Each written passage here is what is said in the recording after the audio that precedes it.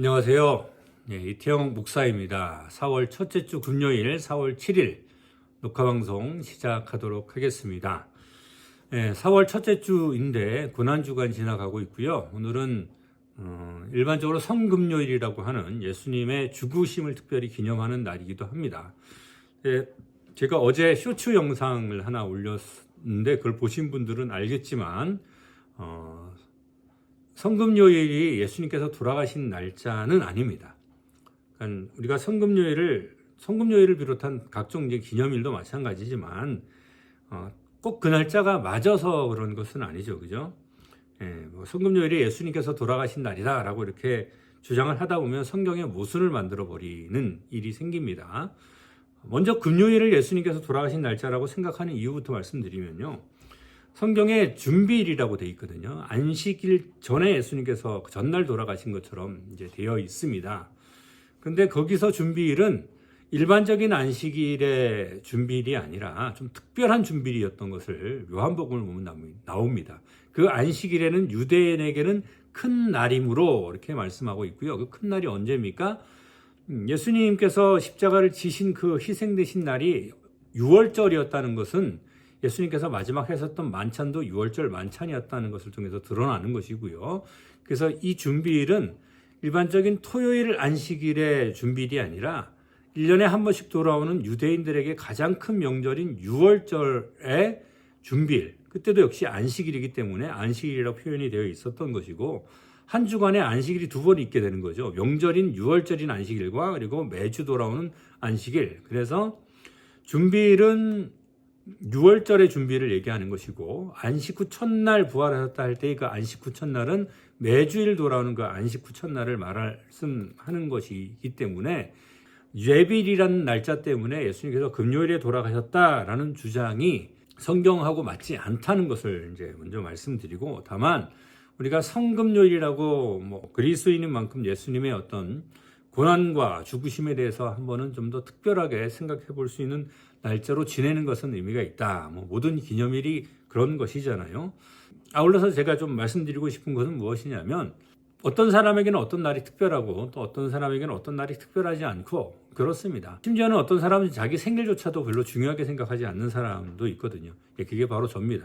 물론 저는 생일을 이제 좀 챙겨주면 감사하게는 받아요. 근데 로마서에 말씀이 나와 있는 것처럼 어떤 사람은 어떤 날을 중요하게 여기고 어떤 사람은 모든 날을 똑같이 여기나니, 저는 이제 모든 날을 다 중요한 날로 생각을 합니다. 우리의 마지막 때가 언제일지 모르고, 예전에는 음력 생일을 지키기도 하고, 최근에 대부분의 사람이 양력일을 챙기기도 하고, 저희 아버지 어머니 같은 경우는 음력 생일로 하시다가 최근에 와서 양력 생일로 바꿨어요.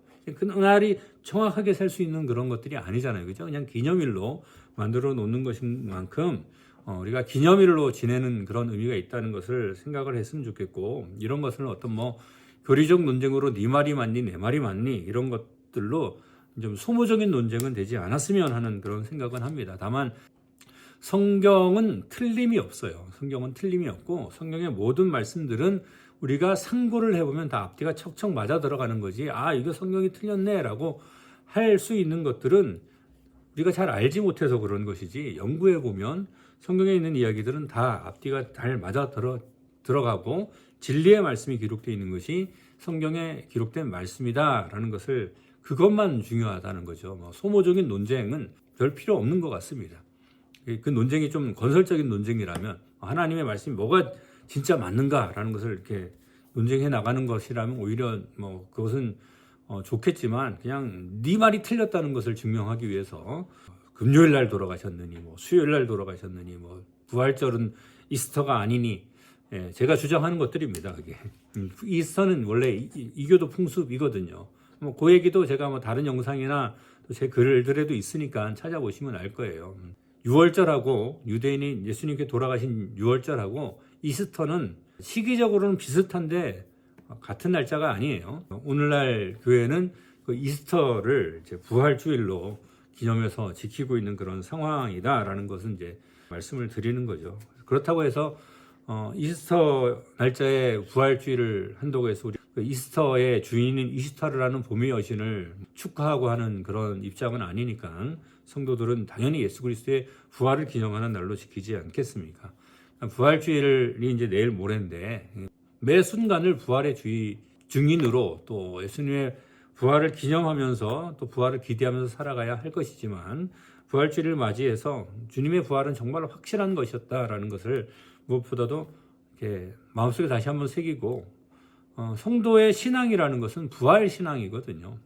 예수님이 무덤에 그냥 계속 머물러 있었다면 우리의 신앙은 사도 바울이 고린도전서 15장에 말하고 있는 것처럼 우리의 믿음이라는 것은 헛된 것이고 그렇기 때문에 어떻게 보면 세상 사람들보다 더 불쌍한 인생을 살아가고 있는 것일 수도 있다는 것입니다. 단 그럼에도 불구하고 부활의 소망이라는 것이 있기 때문에 우리의 그 신앙은 결코 헛되지 않은 것이고 이것으로 인해서 어떤 손해를 본다 해도 우리 전혀 아깝지가 않은 것이죠.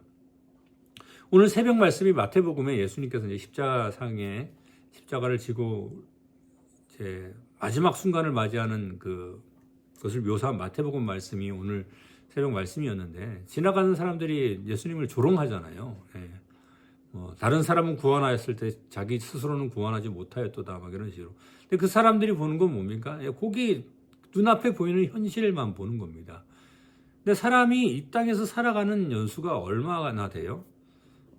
성경에 보면 70, 80이라고 얘기하고 오늘날 100세 시대라고 하고 어떤 사람은 120세까지 살 수 있다라고 하지만 영원을 계산하고 있는 하나님의 시선으로 그리고 우리의 역사를 봐도 그렇고 30년 살다 죽었던 사람이나 100세를 살고 죽었던 사람이나 장수왕이나 광개토 대왕이나 우리의 입장에서는 다 과거에 있었던 사람이고 지금은 없는 사람들인 거잖아요. 인생이라는 게 그렇습니다. 그런데 십자가를 지고 돌아가신 예수님은 죽음으로 끝나지 않고 3일 만에 주님께서는 부활하셨기 때문에 그렇기 때문에 우리의 믿음은 의미가 있는 것이고 또 우리가 그러한 부활의 소망을 가지고 살아가기 때문에 성도들에게는 성경을 믿는 부활을 믿는 성도들에게는 이것이 결코 내가 지금 어떠한 상황에 처해 있다 할지라도 예수님이 십자가를 지고 계셨잖아요. 온갖 조롱을 당했잖아요. 근데 그것이 의미가 있었습니까? 죄인을 대속하셨다는 의미 외에는 그 사람들의 조롱은 나중에는 오히려 비웃음거리가 될 수밖에 없는 그런 상황이 되었던 것을 기억하면 부활이라는 것, 예수님이 부활의 첫 열매가 되시고 그 예수님의 부활을 따라 우리도 부활을 소망하면서 살아가는 것이 성도의 신앙의 가장 핵심이다라는 것만은 이 부활주의를 이제 앞두고 반드시 기억할 수 있었으면 좋겠습니다. 이번 주에도 이제 성경 통독을 우리 교회는 계속 해왔는데 이제 한 3월, 4월 정도 되다 보니까 교회 성도님들도 그런 것 같고 이 방송을 같이 보는 분들도 마찬가지일 것 같고 처음에 이제 다짐을 하고 성경을 읽었을 때처럼 열심히 읽어 나가지는 못하는 것도 같고 여전히 계속 하시는 분들도 있는 것 같고 근데 이때쯤 부활주의를 맞이하고 이제 3월도 지났고요. 부활주의를 맞이해서 다시 한번 우리의 신앙을 또 재출발한다는 점에서 한번 돌아보면서 말씀을 좀 한번 또 다시 한번 도전해볼 수 있었으면 좋겠어요. 우리의 삶의 가장 중요한 것은 무엇입니까? 하나님의 말씀 아니겠습니까? 세상을 살아가면서 우리에게 기준이 되는 것도 기록된 하나님의 말씀 성경인 것이고 그것이 없으면 우리는 어떤 기준도 잡지 못하고 나간다라는 것을 기억을 하면 나 성경 통독 한 번 다 했어. 그러니까 또 안 해도 돼. 이렇게 생각하실 수도 있을지는 모르겠어요. 네, 성경을 창세기부터 계시록까지 한번 통독을 했다면 감사한 일이죠. 근데 그렇다고 성경에 있는 모든 내용을 다 아느냐? 그렇지 않죠. 저도 마찬가지고요. 성경의 전체적인 내용과 어떤 수리는 정확하게는 아니지만 그래도 지금은 윤곽을 잡고 있지만 읽을 때마다 새로운 것들을 또 발견하는 것이 성경의 신비라는 것들을 이제 말씀드리면서 다시 한 번 더 마음을 가다듬고 성경 읽기에 또 정진할 수 있는 우리 강화초대교회 성도들과 및 이 방송을 보시는 여러분들이 되기를 바랍니다. 이번 주에 성독 통독 범위는 이제 솔로몬으로부터 시작해서 르호보암 이렇게 지나면서 엘리사의 이야기까지 이제 넘어옵니다. 열왕기 상에서 열왕기 하까지 넘어갔는데 열왕기 상은 이제 주로 엘리야의 이야기가 기록이 되어 있으니까 솔로몬의 이야기부터 시작을 해서 엘리야 선지자의 이야기로 주로 되어 있고, 그 다음에 열왕기 하는 그 이제 엘리사의 이야기가 주로 기록이 되어 있다라고 이제 보면 거의 정확하고요. 열왕기서하고 역대서가 있잖아요. 성경에 보면 왕들에 대한 이야기가 두 가지거든요. 이야기가 겹쳐요. 열왕기상, 열왕기하고 역대상, 역대하가 겹치는데 조금씩 관점이 다른 점에서 있는데, 왜 이렇게 두 종류의 이야기가 있는가 궁금해 하실 분들도 있는데, 그걸 좀 말씀드릴게요.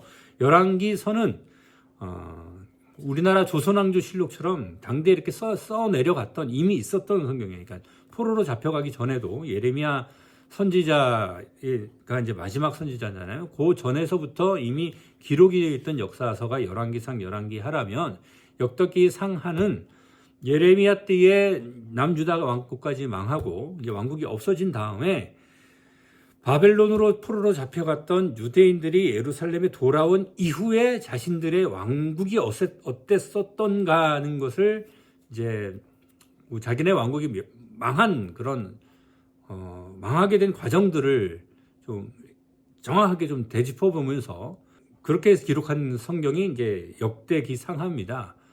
그러니까 조선 시대에 기록이 되어 있는 조선왕조실록이 있고, 그 조선왕조실록을 기반으로 해서 오늘날 쓰여진 역사서가 있잖아요. 우리에게도 그런 것과 마찬가지로 열왕기상하는 기록된 그 당시에 같이 기록이 되어 있는 그런 역사서라고 보면 되고, 역대기상하는 그 후에 다 지나고 난 다음에 그런 것을 바탕으로 해서 다시 한번 되짚어 본, 그래서 열왕기상하는 북왕국 이스라엘 이야기도 아주 많이 기록이 되어 있습니다. 사마리아 이야기들이요. 근데 역대기에는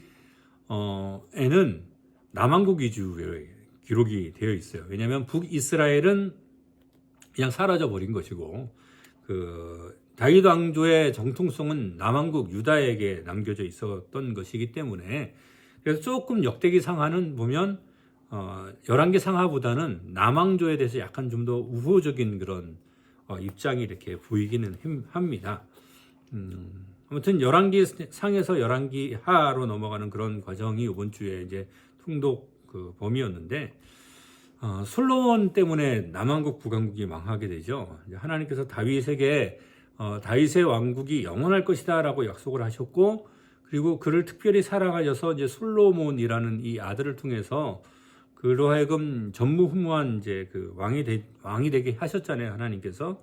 근데 이 솔로몬이 처음에 했던 대로 잘 나갔으면 좋은데, 소유가 너무 많다 보니까, 또 아는 게 너무 많다 보니까 그랬을 것 같아요. 왕비가 많았고요. 그 왕비가 많다 보니까 그 왕비가 그 히브리인들이 아니죠. 어떤 정략 결혼하고도 관련이 있었던 것 같아요. 그래서 여러 국가들에서 왔던 그 왕비들이 우상을 가지고 들어왔고, 솔로몬은 그 왕비들을 사랑하는 마음으로 그 우상 숭배를 그냥 허용했고, 하나님께서 두 번이나 나타나셔서 그걸 그렇게 하지 말아라 그랬는데, 이 솔로몬이 말을 듣지 않고는 결국 하나님께서 하시는 말씀이 뭡니까? 내가 다윗을 생각해서 네 때까지는 나라를 가만히 내버려 두는데 솔로몬 이후에는 왕국이 두 개로 분열될 것이다. 요 솔로몬이 타락하는 과정을 보면요, 처음 아담이 죄를 짓는 과정하고 거의 똑같습니다. 아담도 어때요? 하나님께서 필요에 의해서 여자를 주셨는데, 이 아담은 하나님보다 누구를 더 사랑합니까? 여자를 더 사랑하게 되어 버리는 거죠. 그래서 여자가 자기에게 준 그 선과 악을 알게 하는 나무의 실과를 먹고는 하나님께서 책망하니까, 그때 책망은 또 누구한테 돌려버립니까?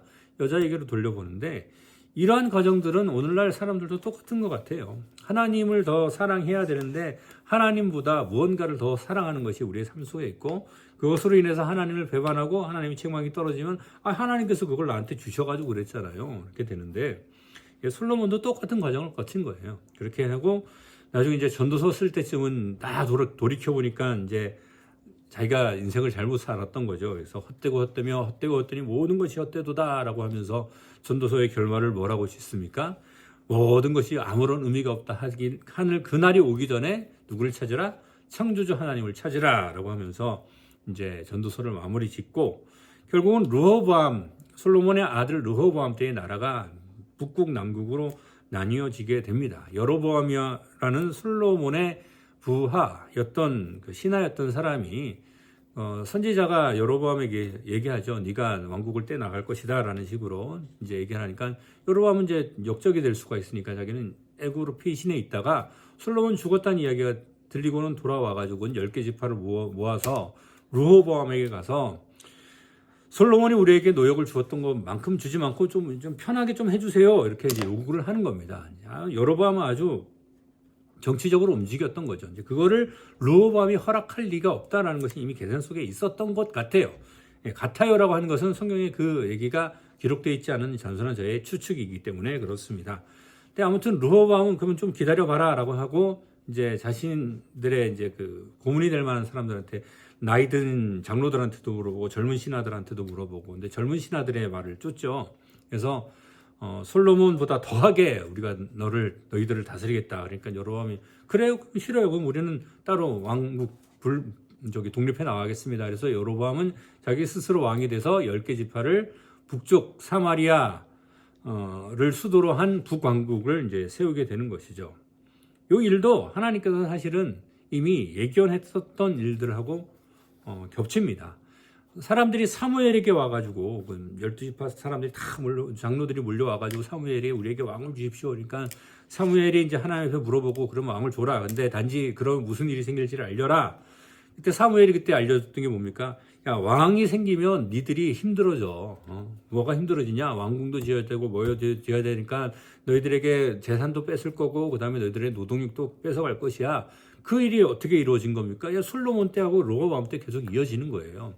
그래 놓고는 지금 와가지고 자기네들을 노역을 시킨다고. 물론 하나님의 어떤 예언에 의해서 나라가 분열되는 것이긴 하지만 같은 민족, 같은 하나님의 백성이 되어야 되는 이스라엘이라는 이 민족이 10개 지파, 2개 지파에서 북이스라엘, 남유다 2개로 쪼개지는 그런 이제 일들이 생깁니다. 그리고 남왕국에도 르호보암의 아들 아사라든가 또 그 밑에 있었던 뭐 여호사밧이라든가 그 뒤에 히스기야라든가 이런 몇몇 다윗의 길로 행했던 왕들이 그래도 몇 명 있어요. 그래서 대부분 남왕국, 남유다의 왕들도 그렇게 막 나이스하진 않아요. 근데 그럼에도 불구하고 다윗의 혈통에 따른 그 왕자에는 방금 말씀드렸던 그 몇몇 왕들이 하나님의 길로 행하려고 했던 다윗과 똑같이 했던 사람은 요아스 정도밖에는 없습니다. 요아스는 거의 다윗만큼이나 했던 것 같아요. 근데 그때 이제 유다는 완전히 이제 멸망 끝에 서 있었던 그런 상황이라서 요아스는 이제 하나님이 일찍 데려가시죠. 근데 요아스를 제외하고는 여호사밧이나 뭐 히스기야나 뭐 여호사밧이나 다 조금씩 약간씩 문제가 발견이 돼요. 다윗의 길로 행했다고는 하지만 그럼에도 불구하고 그 남왕국에는 하나님 뜻대로 가는 그런 왕들이 몇몇이 있는 것에 비해서 북왕국 르호보암이 시작했던 북왕국은 왕조도 몇 번 바뀌고요. 그다음에 단 한 번도 다윗의 길로 행했다라는 왕이 북왕국에는 한 명도 없습니다. 뭐 다윗의 그 왕조, 다윗의 왕조도 당연히 아니었을 뿐만이 아니라 왕조도 몇 번 바뀌고 그리고 이제 여로보암이 다윗과 전혀 반대 일을 행했죠. 우상을 숭배하도록 하고.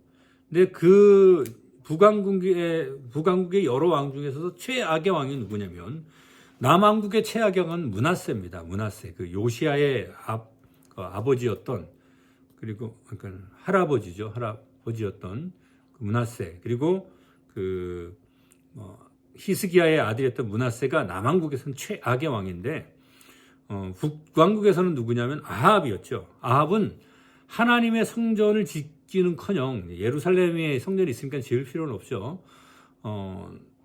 바알 신전을 지어버린 그런 이세벨이라는 여인을 통해서 그런 최악의 왕이 바로 아합 왕이었습니다. 북이스라엘.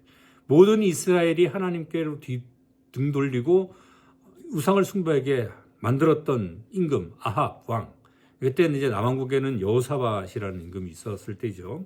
여호사밧 때문에 그나마 아합은 살았다 이렇게 볼 수도 있어요. 이게 남북국 관계를 보면 좀 그런 게 있습니다. 그때 좀 가장 그나마 우호적이었는데 또 사탄이 그 틈을 딱 파고 들어가요. 그 이야기는 또 제가 나중에 기회가 되면 좀 얘기를 하겠습니다. 족보 이야기를 해야 될 필요가 있으니까.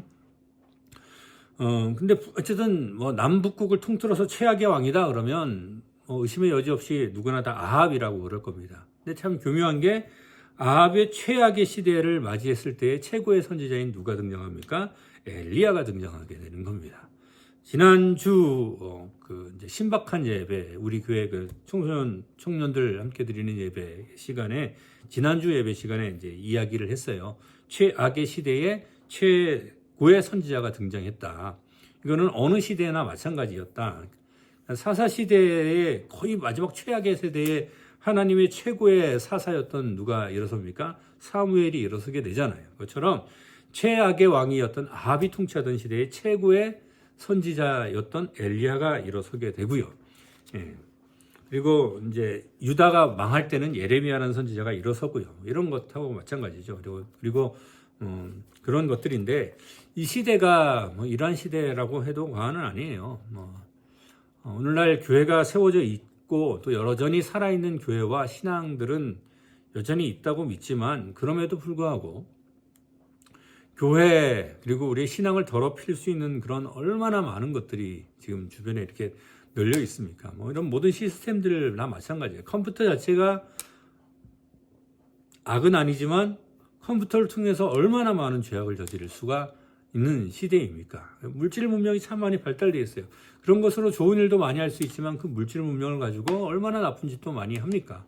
지식도 마찬가지죠. 지식이 이렇게 넘쳐나고 이렇게 지식을 얻기가 지금처럼 수월한 시대가 어디 있어요? 책도 많이 있죠. 그다음에 인터넷이나 이런 것을 통해서 정보를 얻어내는 것도 이렇게 어렵지 않죠. 더군다나 요즘은 그 대화형 AI라 그래가지고 정보가 정확하진 않지만 학교의 숙제 정도는 해 나갈 수 있을 정도로 이렇게 물어보면 딱 대답해주는 대화형 AI도 있고요.